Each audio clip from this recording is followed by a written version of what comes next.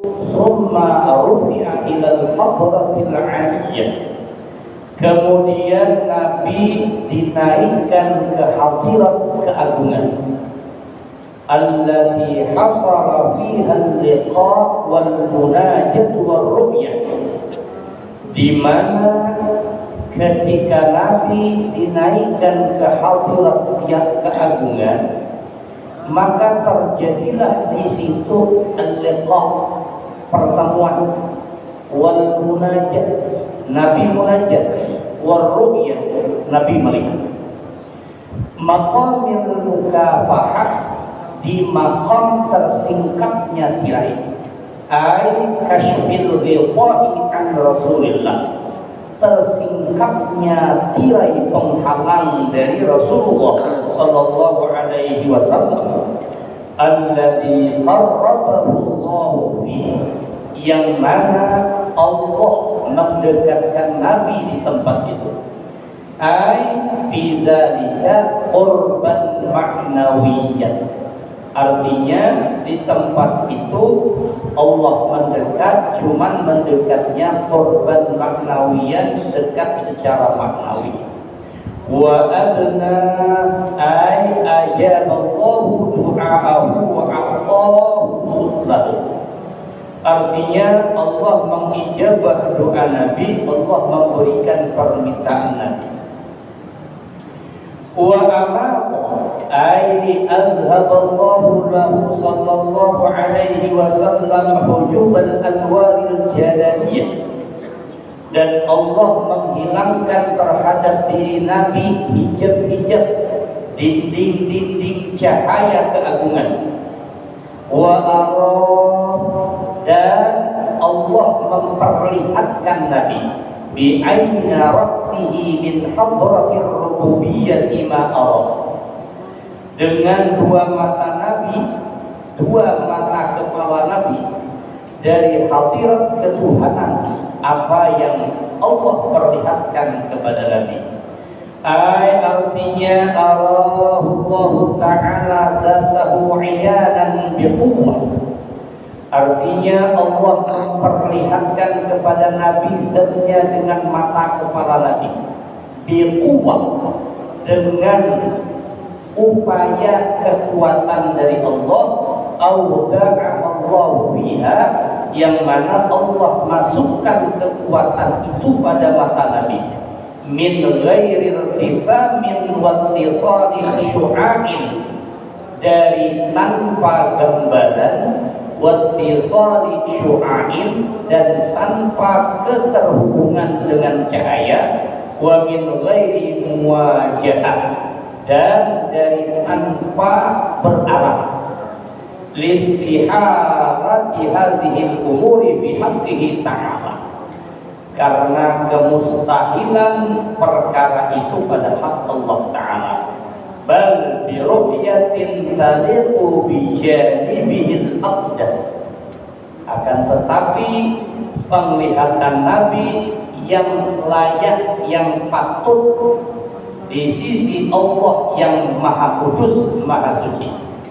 Wa afadallahu alaihi min faidi judi, dan Allah melimpahkan kepada Nabi dari limpahan kemurahan Allah, asirul anfas, berupa hakikat roh.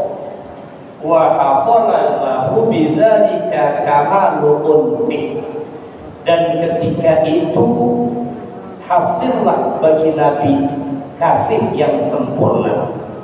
Wa dalilu dzalika qauluhu ta'ala, adapun dalil yang menyebutkan hal itu adalah firman Allah Ta'ala, ma kadzabal fuadu ma ra'a, hatinya tidak mendustakan apa yang dilihat, ai bi ainaihi, dengan dua matanya, illa yuqalu ma kadzabal fuadu ma ra'a bil qalbi, karena di dalam Al-Quran tidak disebutkan maka kadzabal fuadu ma ra'a bil qalbi, hatinya tidak mendustakan dengan apa yang dilihat oleh hatinya. Bapak Ibu jamaah rahimakumullah, ini cerita Nabi ketika berada di Mustawa, Nabi mendengar tulisan qalam yang mencatat tentang ketetapan Allah.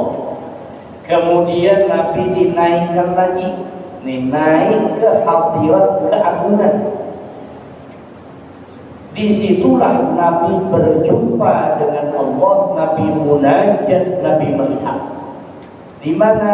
Fi maqamil mukafahah, di tempat yang tersingkap. Artinya tempat yang tersingkap dari Rasulullah. Ini masalahnya agak sensitif begitu. Karena memang perbedaan pendapat oleh ulama. Ketika Nabi Isra, ada yang menyebutkan Nabi itu tidak melihat zat Allah. Ada yang menyebutkan Nabi melihat. Ada lagi yang menyebutkan Nabi itu hanya melihat cahaya. Nah, jadi di antara pendapat itu menurut riwayat Aisyah, memang Allah tidak melihat zat Allah. Tapi menurut Ibnu Abbas, Nabi melihat. Jadi dia kayak apa? Dia masih ada kayak apa? Ini riwayat Ibnu Abbas. Nah, riwayat Ibnu Abbas ini diambil juga oleh Syekh Nawawi Banten. Nabi berjumpa dengan Allah. Cuman di sini sampainya min ghairil isamin, dari tanpa gambaran, wattisal syu'ain, dari tanpa keterhubungan dengan cahaya, wa min ghairi wajah, dari tanpa arah. Jadi kan bisa dipikirkan putus urut saraf. Kada ada gambarannya, kada ada keterhubungan dengan cahaya, dan tidak juga berarah. Tapi dia Allah Ta'ala naik. Ngarannya gini, Isra. Memang Nabi itu dinaikkan, Nabi yang naik. Isra, ngarannya gini naik. Apa? Mi'raj, naik. Lain kalau ahbab turun berarti. Tapi Allah Nabi itu a'raja. Nabi itu naik. Dia wajar menaik. Tapi ketika naik itu Allah Ta'ala di atasnya. Kita sudah belajar seperti dulu. Allah Ta'ala itu qiyamuhu ta'ala binafsih. Allah tidak butuh dengan tempat. Allah berdiri dengan sendirinya. Jadi yang butuh tempat itu Nabi, bukan Allah. Kalau kita sudah menetapkan Allah itu qiyamuhu ta'ala binafsih, berdiri dengan sendirinya, maka kata Sayyidina Ali, alladhi ayyana al-aina la yuqalu annahu aina. Allah yang menciptakan tempat, maka kada boleh ditakuni di mana Allah. Tidak pernah. Karena kita sudah menetapkan Allah kada butuh tempat, lalu ditakuni di mana Allah. Ini cacat logika namanya. Kita kan sudah menetapkan Allah tidak butuh tempat. Belum ada tempat, Allah sudah ada. Lalu ada yang bertakwa di mana Allah. Nah, ini cacat logika ini. Kan sudah sambat Allah kada butuh tempat. Kalau sudah disambat Allah kada butuh tempat, kada ada lagi pertanyaan Allah itu di mana. Kalau bertanya Allah di mana, berarti menunjuk tempat. Mustahil bagi hak Allah Ta'ala. Contohnya kayak inilah. Si Zaid awan Zainab. Si Zaid laki-laki, si Zainab pembini. Kalau minyak kawin nang betianan dikira siapa? Kita tetapkan nang betianan itu positif nang bini Zainab. Mustahil si Zaid nang betianan. Nah itulah supaya paham. Mustahil si Zaid betianan. Nang betianan itu nang bininya Zainab. Dah kita tetapkan dah si Zaid itu mustahil beranak. Lalu ada yang bertakut. Kalau seandainya si Zaid yang beranak, anaknya laki kan begini kan? Itu kan yang jawab, kita sudah tetapkan si Zaid itu ada beranak. Nang beranak itu Zaidah. Nah kalau Zaidah kita boleh, namun Zaidah itu beranak, laki kan begini. Istilah laki bisa begini. Tapi mun Zaid lelaki itu kita sudah tetapkan mustahil si Zaid beranak. Lalu ada yang bertakon, namun seandainya si Zaid itu beranak, kalau tiga begini anaknya, itu mereka dijawab tuh mustahil itu cacat logika katanya. Sama Allah Ta'ala kita sudah tetapkan Allah Ta'ala itu Qiyamu Ta'ala binafsih. Allah itu berdiri dengan sendirinya. Allah tidak butuh tempat. Sebelum ada tempat Allah sudah ada. Lalu ada yang bertanya di mana Allah? Ini kan cocok pertanyaannya. Kita sudah menetapkan Allah Ta'ala itu tidak butuh dengan tempat. Kenapa lagi bertakun di mana tempat? Nah jadi Nabi ketika Isra Mi'raj ini yang butuh tempat, Nabi yang butuh tempat. Allah yang butuh tempat. Makanya kata Syekh Nawawi Banten bahwasanya Nabi Shallallahu Alaihi Wasallam itu melihat zat Allah dengan mata kepala Nabi. Tapi dia pakai pak, dia ada kayak pakai pak, nah itu. Mau ada masih dia pakai apa? Ada serupa berarti. Nah, Allah memperlihatkan, bukan Nabi yang mampu melihat. Jadi Allah memperlihatkan, Allah masukkan kuat, upaya kekuatan pada mata Nabi sehingga Nabi bisa melihat. Cuman melihatnya min ghairil hisam, tanpa gambaran. Kalau sudah tanpa gambaran sudah titik saja situ. Tidak usah dipikirkan lagi. Putus urat saraf. Kenapa? Listihalati hadhil umuri fi haqqihi ta'ala. Karena kemustahilan hal itu pada hak Allah Ta'ala. Akan tetapi melihatnya Nabi itu dipandang dengan sudut pandang apa? Sifat kemahasucian Allah itu. Jadi Nabi melihat, tapi Allah Ta'ala maha suci dari tempat dan gambaran. Jadi memang Ibnu Abbas menyebutkan melihat. Dalilnya masing-masing punya dalil. Yang menyebutkan kita melihat punya dalil. Yang menyebutkan melihat juga punya dalil. Yang menyebutkan melihat punya dalil diantaranya Ujabullah. Kata Syekh Mutawalli Asy'arawi, Nabi melihat. Mustahilkah Nabi melihat? Itu mustahil. Contoh, Nabi Musa pernah meminta, ujar Nabi Musa, Rabbi arini anzur ilaik. Wahai Tuhanku, coba memperlihatkan dirimu, perlihatkan zatmu sehingga aku bisa melihat. Amal engkau tidak memperlihatkan, bukan kau melihat. Apa jawaban Allah? Lan tarani. Kada mampu engkau melihat aku itu kada mampu. Tapi menghendak juga, kamu hendak juga lihat gunung. Ketika Nabi Musa melihat gunung, falamma tajalla rabbuhu lil jabal. Allah bertajalli pada gunung. Jadi bukan Nabi Musa melihat, tapi Nabi Musa melihat gunung hancur. Kenapa gunung hancur? Allah bertajalli dengan gunung. Tajalli itu apa jangan? Kalau bahasa kita, tajalli itu bertampai. Tajalli itu bertampai. Jadi Allah Ta'ala bertajalli kepada gunung. Gunung hancur. Nabi Musa pingsan. Jadi Nabi Musa pingsan itu karena melihat gunung hancur. Jadi gunung yang kita lihat keras ketika Allah bertajalli hancur. Kayak apa seandainya Nabi Musa, Allah bertajalli kepada Nabi Musa, mungkin jadi tapol. Sedangkan sifat gunung yang kita tahu keras, kokoh, hancur, apalagi Nabi Musa. Jadi memang kita nggak mampu. Nah, ujar Syekh Mutawalli Asy'arawi, berarti ada makhluk yang Allah bertajalli pada makhluk ini, itu gunung. Sementara Rasulullah lebih mulia, lebih agung daripada gunung. Karena mustahil Allah Ta'ala bertajalli bertampai dengan Nabi. Maka itu kata Syekh Mutawalli Sya'rawi. Cuman yang kayak pakai hebat, dia ada kayak pakai hebat titik gitu. Kalau menurut Sayyidah Aisyah, kada melihat dah.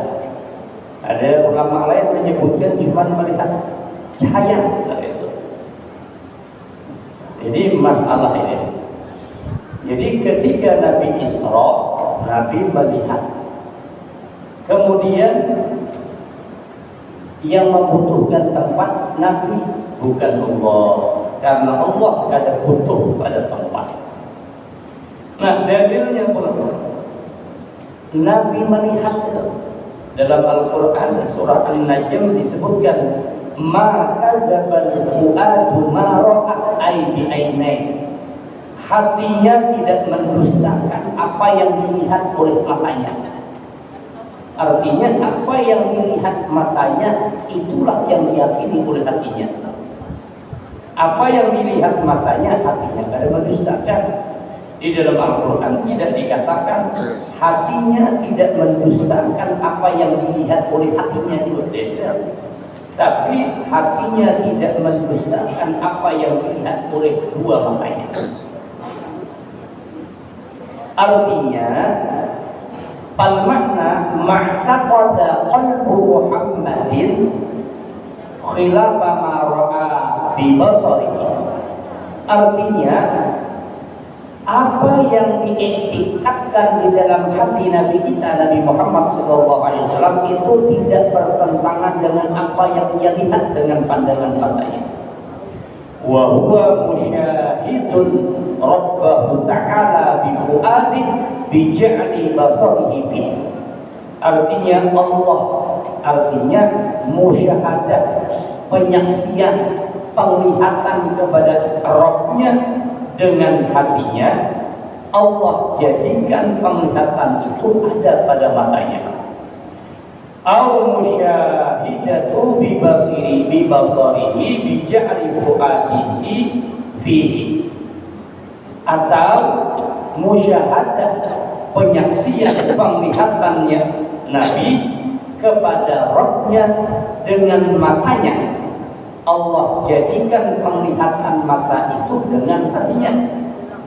Li'anna mazhab ahli sunnah anna ru'yata bil iradah la bil qudrah. Karena menurut ahlu sunnah wal jamaah bahwasanya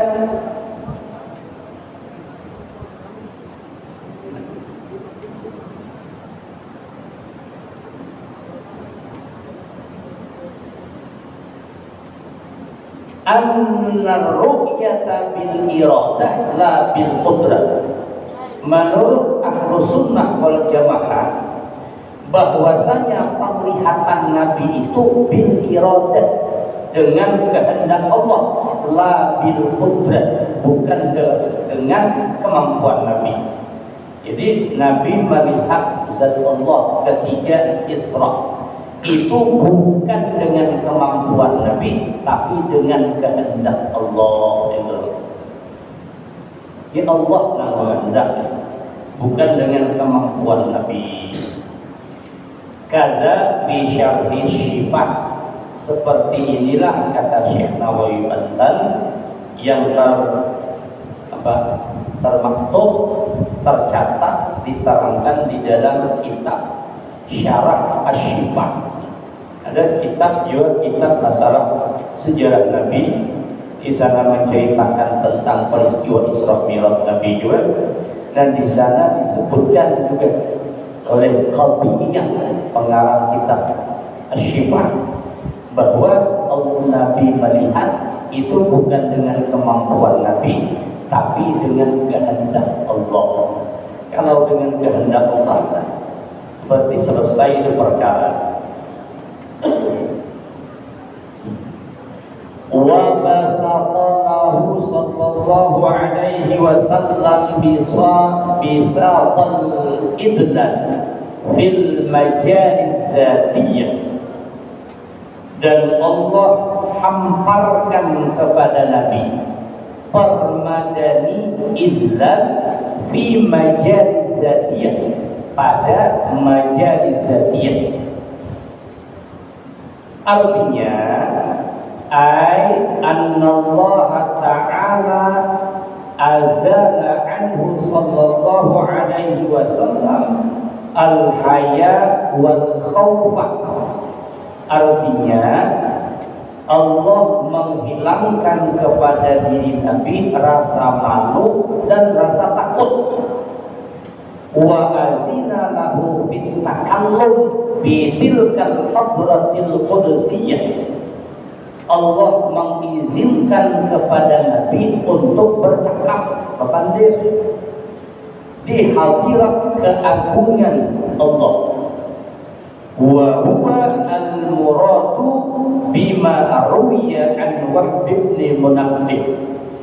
Inilah yang dimaksud dalam riwayat Wahab bin Munabbih annahu sallallahu alaihi wasallam qala, Nabi sallallahu alaihi wasallam bersabda,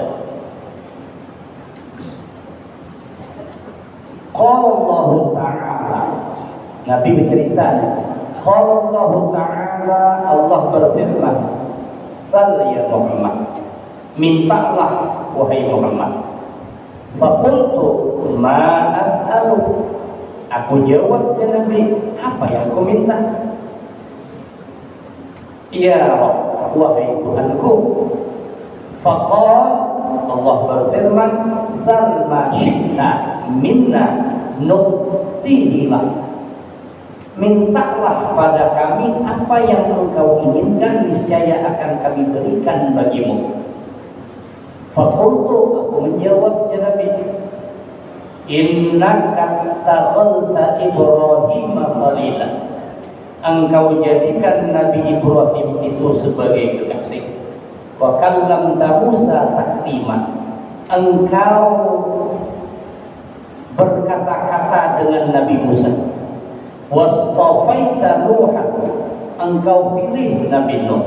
Wa ataina Sulaimana mulkan la yanbaghi li ahadin min ba'di, dan engkau berikan kepada Nabi Musa kerajaan yang kerajaan itu tidak ada seorang pun setelah Nabi Sulaiman yang mendapatkan seperti kerajaannya. Faqala Allah Ta'ala, maka Allah menjawab, Allah berfirman, ama a'taituka khairan min dzalik, bukankah telah kuberikan kepadamu lebih baik dari itu semua? A'taituka kautsar, aku berikan kepada engkau telaga Kautsar. Wa ja'altu ismaka min ismi, aku jadikan namamu dari namaku, Muhammad, terpuji. Yunadi fihi jawfis sama, yang mana nama engkau itu diserukan di tengah-tengah langit. Wa ja'altul arda tahura, kujadikan bumi ini suci, laka wa li ummatika, bagimu dan bagi umatmu. Wa ghafartu laka ma taqaddama min dzambika wa ma ta'akhkhar, ku ampuni bagi engkau dosa yang telah lalu maupun dosa yang akan datang. Fa anta tamshi fin nasi maghfuran, engkau berjalan di tengah-tengah manusia dalam keadaan mendapat ampunan.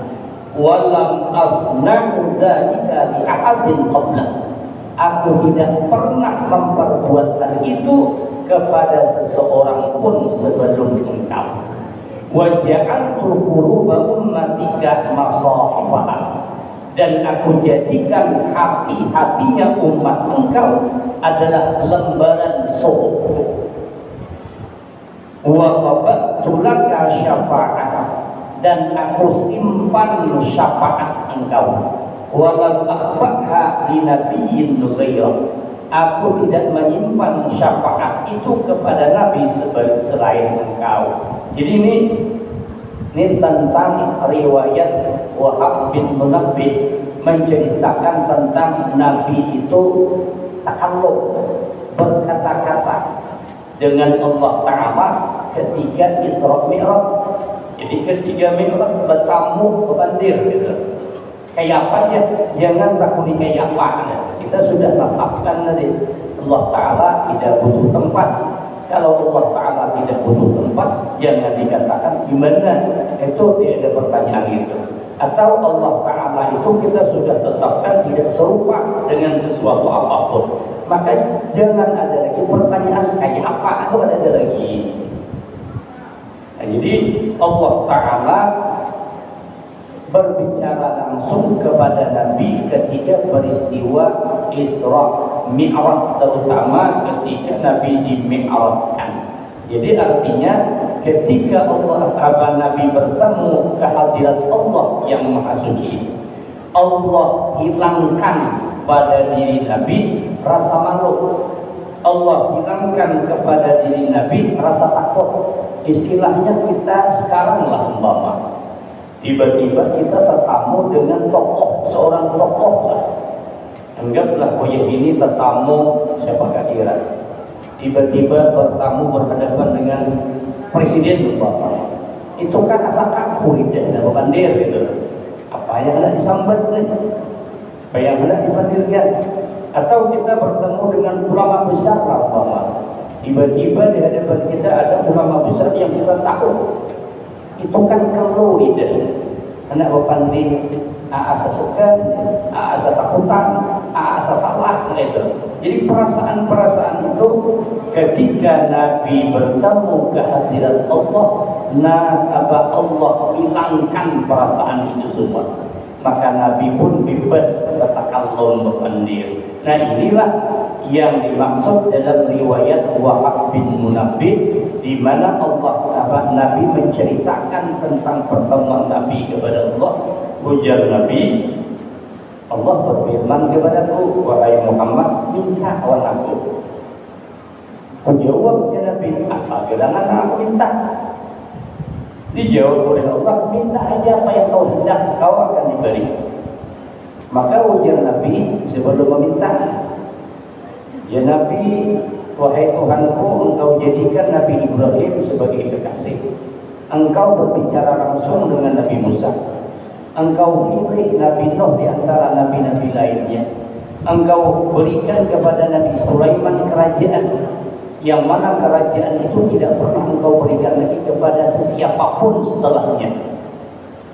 Allah jawab, ya Allah, bukankah aku telah memberikan kepadamu lebih baik daripada itu semua? Aku berikan telaga Kausar, ya Allah. Aku kan berikan kepada yang lain. Aku jadikan namamu itu dari namaku. Dan nama-nama Nabi lain itu dari namaku. Namamu bersanding awan namaku diserukan di 7 petala langit. Aku jadikan bumi itu suci bagimu, bagi umatmu. Jadi kita mau seandainya dari debu banyu hendak berwudu, tayamum pakai debu tanah itu suci. Kemudian ya Allah, aku telah ampuni dosamu baik yang telah lalu maupun yang akan datang. Dimanapun engkau berjalan di tengah-tengah manusia, kau senantiasa dalam ampunan. Aku tidak pernah melakukan hal itu kepada selain engkau. Dan menjadikan hatinya umatmu itu mushaf. Artinya banyak dari umat Islam, umatnya Rasulullah ini yang hafal Al-Quran. Ini hatinya ini jadi mushaf Al-Quran. Andai kata seluruh dunia Al-Quran itu bekal Muhammad. Hari ini dibekal, besok jadi ya.